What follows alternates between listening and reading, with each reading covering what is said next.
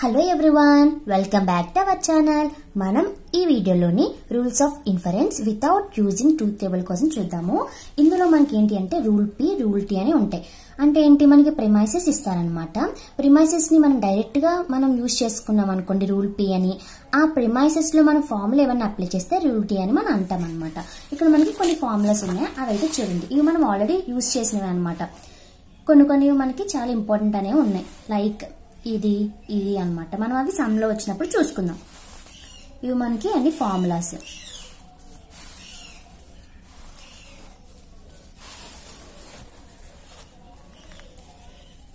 ఇవి మనం కొన్ని ఆల్రెడీ మనకి ముందు సమ్స్ లో చూసినవి అనమాట. ముందు ఇవన్నీ చూసాం కదా, identity laws, domination laws, negation laws, absorption law, అవన్నీ చూసాం కదా.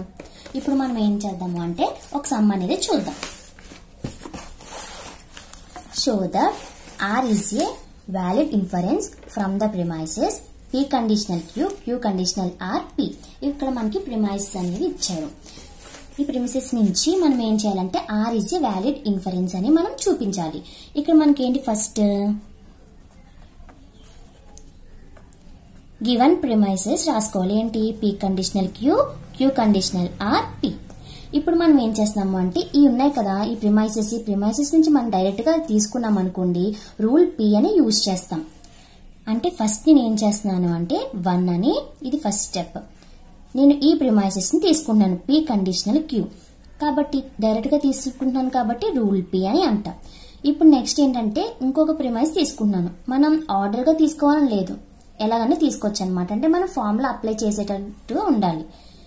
ఇప్పుడు 2 సెకండ్ స్టెప్, నేను పి తీసుకుంటున్నాను కాబట్టి అది కూడా రూల్ పి. ఇప్పుడు నేను ఏం చేస్తున్నానంటే పి కండిషనల్ క్యూ, పీకి ఒక ఫార్ములా ఉంది. ఏంటి అంటే పి కండిషనల్ క్యూ అండ్ పీకి మన ఫార్ములా ఏమొస్తుంది అంటే క్యూ అనేది వస్తుంది. కాబట్టి రెండింటికి అప్లై చేస్తున్నాను కాబట్టి రెండింటికి ఉన్న ఏంటి 1, 2 అని ఉన్నాయి. ఇవి మనం కన్సిడర్ చేస్తాం. 1, 2 ఓకేనా. ఇది థర్డ్ స్టెప్.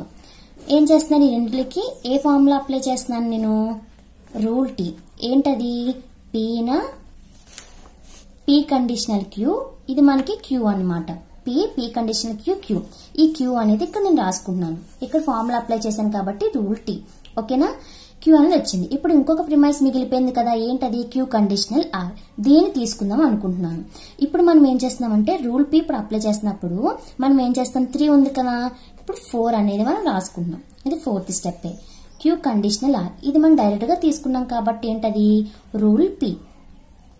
ఇప్పుడు మనం నేను ఏం చేస్తున్నాను అంటే ఈ రెండింటి నుంచి యూజ్ చేసుకుని, ఈ రెండు కూడా మనకి ఈ ఫార్ములా కదా ఉంది కాబట్టి ఏంటవి 1 to 4. దేనికి అప్లై చేస్తున్నాను, 1 to 4, ఇది 5 అన్నమాట. ఇక్కడ మనకి ఏంటి రూల్ టీ, ఏంటది P conditional Q which implies Q కదా. ఈ ఫార్ములా యూజ్ చేస్తున్నాను. ఈ ఫార్ములా యూజ్ చేస్తే ఇక్కడ మనకి ఏమవుతుంది, ఆర్ అనేది రావడం జరుగుతుంది.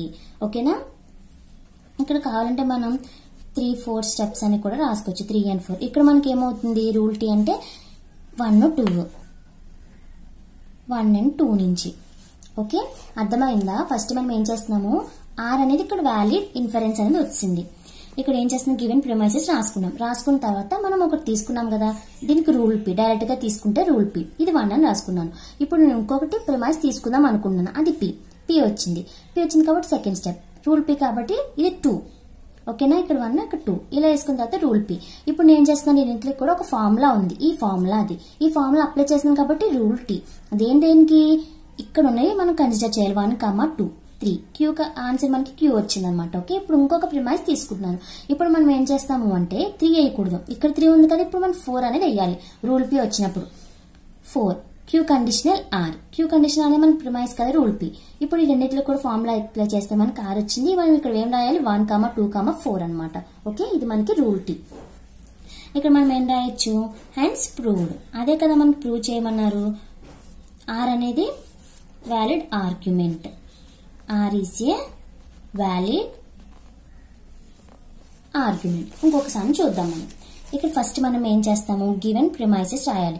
ఇలా ఉందని కన్ఫ్యూజ్ పడకండి. గివెన్ మనకి ప్రిమైస్ ఏమవుతాయంటే ఆర్ పి ఆర్ క్యూ అవుతుంది, పి కండిషనల్ ఆర్ అవుతుంది అండ్ క్యూ కండిషనల్ ఎస్. ఇప్పుడు మనం ఫస్ట్ ఏంటి అంటే ఇది నేను తీసుకుంటున్నాను 1 PRQ నేను డైరెక్ట్ గా తీసుకుంటాను కాబట్టి అదేంటి మనకి ఏమవుతుంది రూల్ P. ఓకేనా? ఇప్పుడు నేను ఏం చేస్తున్నానంటే దీన్ని ఎలా మార్చుతున్నానో చూడండి. ఈ 1నే ఫార్ములా నేను అప్లై చేస్తున్నాను. ఏ formula? Negation P conditional Q తెలుసు కదా మనకి. ఇప్పుడు ఎలా అంటే P కండిషనల్ Q కి ఫార్ములా ఏంటి? నెగేషన్ P ఆర్ Q కదా. Negation P or Q. Negation P or Q ని మనం P కండిషనల్ Q గా మనం రాయొచ్చు. ఒకవేళ P ఆర్ Q అంటే చూడండి P ఆర్ Q అంటే ఈ ఫార్ములా ఎలా రాయొచ్చు మనం? నెగేషన్ P కండిషనల్ Q గా రాయొచ్చు కదా. ఇక్కడ P ఆర్ Q అని ఉంది. నెగేషన్ P ఆర్ Q అదే కండిషనల్ Q గా రాయొచ్చు కదా దీన్ని. అందుకని ఇలా రాసుకున్నాం అనమాట. ఇక్కడ ఫార్ములా అప్లై చేశాను కాబట్టి రూల్ T. ఇప్పుడు నేను ఏం చేస్తున్నాను అంటే నెగేషన్ P కండిషనల్ Q ఉంది. ఈ ప్రిమైస్ తీసుకుందాం అనుకుంటున్నాను. ఇక్కడ 2 ఉంది కాబట్టి ఇక్కడ 3. ఇది థర్డ్ స్టెప్. ఏ ప్రిమైస్ తీసుకుంటున్నాను? Q conditional S. ఇది మనకి రూల్ P డైరెక్ట్ గా తీసుకుంటున్నాం కాబట్టి. ఓకేనా? ఇప్పుడు ఈ రెండిట్లకి ఒక ఫార్ములా ఉంది. ఏ ఫార్ములా? ఫార్ములా అప్లై చేస్తున్నాను కాబట్టి 1, 3. ఏ ఫార్ములా ఉంది మనకి? Rule T. రూల్ T కాబట్టి ఏమేమి వస్తుంది మనకి? ఏ ఫార్ములా యూజ్ చేసామో కూడా రాయాలి కదా. P conditional Q conditional R వచ్చింది అనుకోండి. మనకి ఇక్కడ ఇది ఈక్వల్ వచ్చినా మనకి ఏమవుతుంది అంటే P కండిషనల్ R అనేది వస్తుంది. ఇప్పుడు మనకి దీన్ని బట్టి ఏమొస్తుంది చెప్పండి? QQ సేమ్ అనేది ఉంది కాబట్టి నెగేషన్ P కండిషన్ S కదా వస్తుంది ఈ ఫార్ములా ప్రకారము. Negation P condition S from A steps మనకి 2 and 3. మనకి క్లియర్ గా అర్థం కావాలంటే ఇలా కూడా రాసుకోవచ్చు. తర్వాత మనం ఏం చేస్తున్నాను అంటే నేను 1, 3నే ఇది మనకి P కండిషనల్ Q లా ఉంది కదా. 5th స్టెప్ లో నేను రూల్ T ని అప్లై చేస్తున్నాను. ఏ రూల్ అది అంటే P కండిషనల్ Q ని మనం ఎలా రాసుకోవచ్చు? నెగేషన్ అప్లై చేస్తే negation Q conditional negation P అని రాయొచ్చు అనమాట. అంటే Q అనేది ముందుకు వెళ్ళిపోతుంది. Negation Q conditional negation P గా మనం రాసుకోవచ్చు. ఈ ఫార్ములా అప్లై చేసి నేను రాస్తున్నాను. Negation S conditional negation cancel అయిపోతే మనకి పిఏ కదా వస్తుంది. ఓకేనా? ఇది రూల్ T అనమాట. ఫస్ట్ మనం ఏం చేస్తున్నాం? 4th అనేది ఇలా వచ్చింది. దీనికి రూల్ T ని అప్లై చేస్తున్నాం. దీనికి అప్లై చేస్తున్నాం కాబట్టి 1, 3 వస్తుంది. ఏం చేంజ్ అవ్వదు. 5 ఇక్కడ మనకి ఏ ఫార్ములా యూజ్ చేస్తున్నాం? ఇదే కదా P కండిషనల్ Q. దాన్ని మనం ఏంటి నెగేషన్ అప్లై చేస్తే negation Q conditional negation P అనేది రావడం జరుగుతుంది. ఇక్కడ ఎలా రాస్తే నెగేషన్ ఆఫ్ నెగేషన్ P మనకి పిఏ కదా వస్తుంది. ఇలా వచ్చింది. ఓకేనా? ఇది మనకి రూల్ T. నెక్స్ట్ ఏం చేస్తున్నానంటే ఇంకొక ప్రిమైస్ అనేది తీసుకుంటున్నాను. ఏంటది మిగిలిపోయింది? P conditional R. ఈ రెండింటిని చూస్తుంటే మనకు ఒక ఫార్ములా గుర్తొస్తుంది. ఏంటది? మనం ముందు యూజ్ చేస్తాం. ఇది rule T. P conditional Q conditional R which implies P conditional R కదా. సారీ ఇది మనకి డైరెక్ట్ గా తీసుకుంటున్నాం కాబట్టి రూల్ P. ఓకే డైరెక్ట్ గా తీసుకున్నాం కాబట్టి రూల్ P. ఇప్పుడు మనం ఏం చేస్తామంటే రెండులకు అప్లై చేయాలి కాబట్టి ఈ ఫార్ములా రూల్ T. ఏంటవి rule T? P conditional Q conditional R P conditional R అన్నమాట. అంటే negation S conditional R. Okay ఇప్పుడు నేను ఏం చేస్తున్నాను? 1, 3, 6, 8 ఇది మనకి P కండిషనల్ R ఫార్ములాలో ఉంది. P conditional R. P conditional R కి ఫార్ములా ఏంటి? నెగేషన్ P ఆర్ Q కదా. దీనికి అది అప్లై చేస్తే ఏమవుతుంది? P ఆర్ Q అంటే అదే S ఆర్ R. అర్థమవుతుందా? P కండిషన్ Q ఫార్ములాలో ఉంది మనకి ఇది.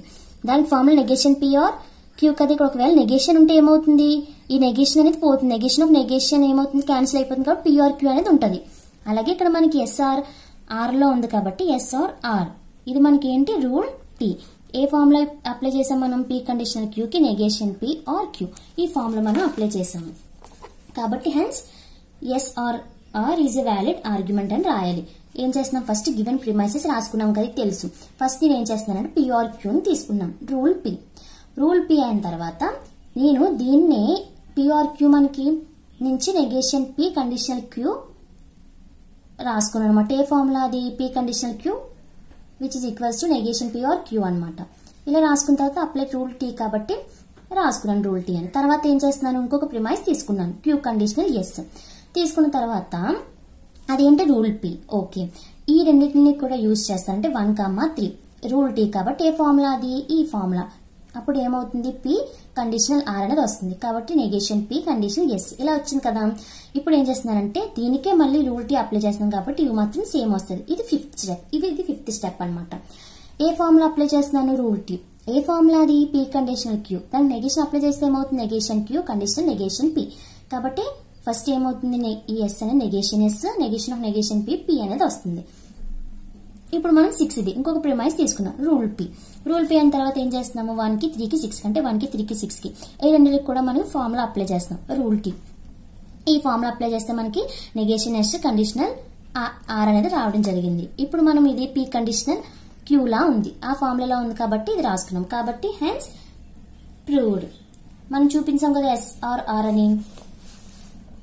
Okay, is a tautological implement by the premises అని రాసుకోవాలి. ఓకే, ఇప్పుడు ఇంకొక సమ్ అనేది మనం చూద్దాం. ఈ సమ్ చూసినట్లయితే if there was a ball game, ఇది ఒక బాల్ గేమ్ అనేది ఉంది. Then travelling was difficult. Travelling was difficult. If they arrived on time, then travelling was not difficult. They arrived on time. There was no ball game. Show that these statements constitute a valid argument.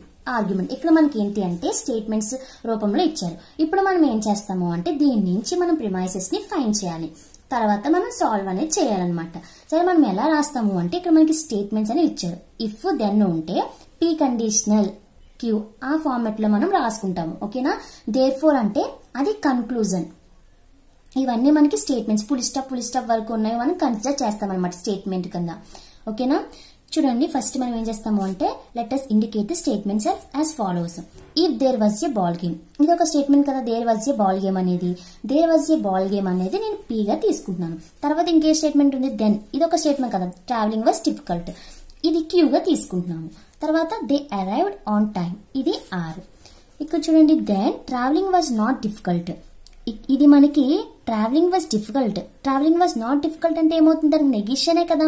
Travelling was difficult అంటే ఇది Q, was not difficult అంటే negation Q, కాబట్టి దానికి ఏం రాయట్లేదు. They arrived on time, they arrived on time తెలుసు కదా, they arrived on time ఉంది. There was no ball game, no ball game అంటే మనకి నెగేషన్ పి అనేది మనకి కన్క్లూజన్ అనమాట. ఇప్పుడు మనం ప్రిమైజెస్ ఎలా రాస్తామో చూద్దాం. ఇది ఎలా అనుకున్న తర్వాత ఇక్కడ నుంచి స్టేట్మెంట్ చూడండి. If there was a ball game, then travelling was difficult. If there was a ball game అంటే బాల్ గేమ్ కి మనకి ఏంటి పి. ఇఫ్ దెన్ వస్తే మనం పి కండిషనల్ యూజ్ చేయాలని చెప్పాను కదా. P then travelling was difficult అంటే ఏంటి క్యూ కదా, పి కండిషనల్ క్యూ. ఇదొక మనకి ప్రిమైస్ అనేది వచ్చింది. నెక్స్ట్ స్టేట్మెంట్ ఏంటి, if they arrived on time, then travelling was not difficult. They arrived on time లో మనకి ఏంటది R. Then travelling was not difficult, R conditional. Travelling was not difficult అంటే negation Q కదా, కాబట్టి R conditional negation Q. Okay, ఇది ఒక statement ఇది ఇంతవరకు అయిపోయింది, ఒక ఫుల్ స్టాప్ అనమాట. దే అరైవ్డ్ ఆన్ టైమ్ అనేది అది single statement. They arrived on time అంటే ఏంటి, ఇదే కదా, కాబట్టి ఆర్. ఇవి మనకి ప్రిమైస్ వచ్చాయి. కన్క్లూజన్ ఏంటి, there was no ball game. Conclusion ఎలా చెప్పగలం, దేర్ ఫోర్ ఉంది కాబట్టి. There was no ball game, ball game కి పి, నెగేషన్ పి అనేది కన్క్లూజన్. ఇది మనం ప్రూవ్ చేయాలన్నమాట. చూద్దాం. ఫస్ట్ 1 ఇదేంటి, ఆర్ కండిషనల్ నెగేషన్ క్యూ అనేది ఫస్ట్ ప్రిమైస్ తీసుకున్నాం. ఇదే తీసుకోవడం లేదు, మనం ఏదన్నా ఈ మూడిట్లో ఏదన్నా తీసుకోవచ్చు. కాబట్టి ఆర్ కండిషనల్ నెగేషన్ క్యూ అదేంటి మనకి రూల్ పి. ఓకే, ఇప్పుడు నెక్స్ట్ ఇంకొక వాడుతున్నాను, ఏంటది 2 ఆర్. ఈ ఆర్ అనేది తీసుకున్నాం కాబట్టి రూల్ పిఎం. ఈ రెండింటిని యూజ్ చేసుకుని మన ఫార్ములా ఉంది, ఏంటది పి కండిషనల్ క్యూ, అది మనకి క్యూ కదా, కాబట్టి ఇక్కడ నుంచి ఏమవుతుంది నెగేషన్ క్యూ. ఏ రెండింటిని యూజ్ చేశాను, 1, 2 ఇది థర్డ్ స్టెప్. ఓకేనా. ఇప్పుడు ఏం చేస్తున్నానంటే ఇంకొక ప్రిమైస్ తీసుకుంటున్నాను. ఏం మిగిలిపోయింది, P conditional Q. P conditional Q ఉంది, రూల్ పి. ఇప్పుడు ఈ రెండింటిని మనం ఏం యూజ్ చేయలేము కదా, కాబట్టి దీన్ని ఏం చేస్తున్నానంటే నేను రూల్ టీ అప్లై చేస్తాను. ఏ రూల్ అది, నెగేషన్ అప్లై చేస్తాను అనమాట రెండింటికి. అప్పుడు ఏమవుతుంది, నెగేషన్ అప్లై చేస్తే negation Q conditional negation P. ముందు సమయంలో మనం చూసాం కదా, rule T P conditional Q, negation Q conditional negation P అనమాట. ఇది మనకి 4 ని అప్లై చేసాం కాబట్టి రూల్ టీ. ఇప్పుడు తర్వాత ఏంటి, ఇప్పుడు చూడండి, ఇది మనకి ఒక ఫార్ములా అనేది వస్తుంది కదా, ఏంటది పి కండిషనల్ క్యూ, క్యూ అనేది ఆన్సర్ వస్తుంది. ఆన్సర్ వస్తుంది కాబట్టి నెగేషన్ పి. ఇక్కడ కన్క్లూజనే కదా మనం అనుకున్న కన్క్లూజన్ ఏంటి? Negation P, negation P. మనం ఏ రూల్ అప్లై చేసామో ఆ రూల్ అనేది మనం రాసుకుంటాం. ఓకేనా? Hence these premises constitute a valid arguments. అర్థమైంది? ఇక్కడ మనం ఇక్కడ స్టేట్మెంట్స్ అనేవి రాసుకున్నాం. ఒక్కొక్క పీ, క్యూ, ఆర్ అనే వేరియబుల్స్ అనేవి ఇచ్చుకున్నాం. తర్వాత ఏం చేస్తున్నాం? మనం ప్రిమైసెస్ అనేది రాసుకున్నాం. రాసుకున్న తర్వాత రూల్ పి, రూల్ టీని యూజ్ చేసుకుని కన్క్లూజన్ వచ్చేటట్టు మనం సాల్వ్ చేయాలన్నమాట. Okay, thank you.